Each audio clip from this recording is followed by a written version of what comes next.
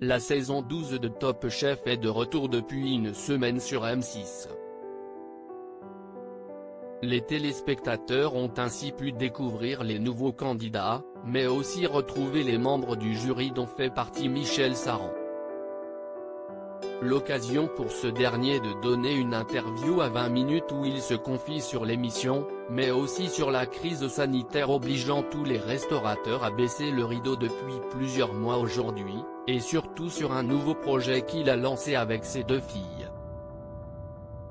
Pendant le premier confinement, le chef cuisinier toulousain n'est pas resté les bras croisés.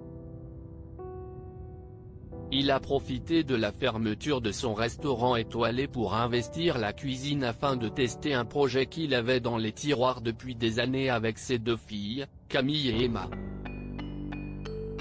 La famille a, en effet, décidé de lancer Croque Michel, un concept de street food autour du péché mignon du cuisinier, le croque-monsieur. Quand le premier confinement est arrivé, nous avons fait des tests au restaurant puisque la cuisine était libre, pour voir si cela fonctionnait juste en livraison, explique-t-il dans les colonnes du quotidien gratuit. Et ça a très bien marché. Michel Saran, il faut garder l'envie de se battre et de s'en sortir au point qu'après l'ouverture d'un premier établissement à Toulouse, le père et ses deux filles planchent actuellement sur un deuxième Croque Michel dans un autre quartier de la ville rose, qui ouvrira mi-avril. Nous avons aussi gagné un appel d'offres pour la gare de Lyon à Paris pour un kiosque éphémère de 6 mois, renouvelable si ça marche.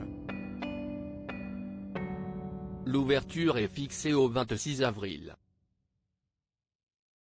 Nous avons signé la semaine dernière un autre lieu à Paris, rue du Faubourg Poissonnière.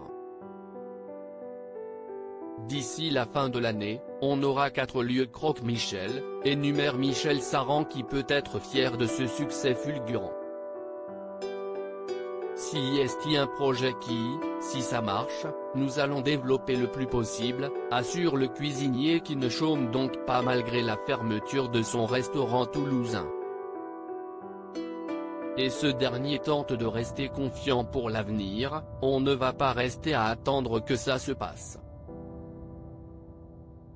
Il faut de la résilience, il faut garder l'envie de se battre et de s'en sortir. Et puis ça va bien aller mieux un jour.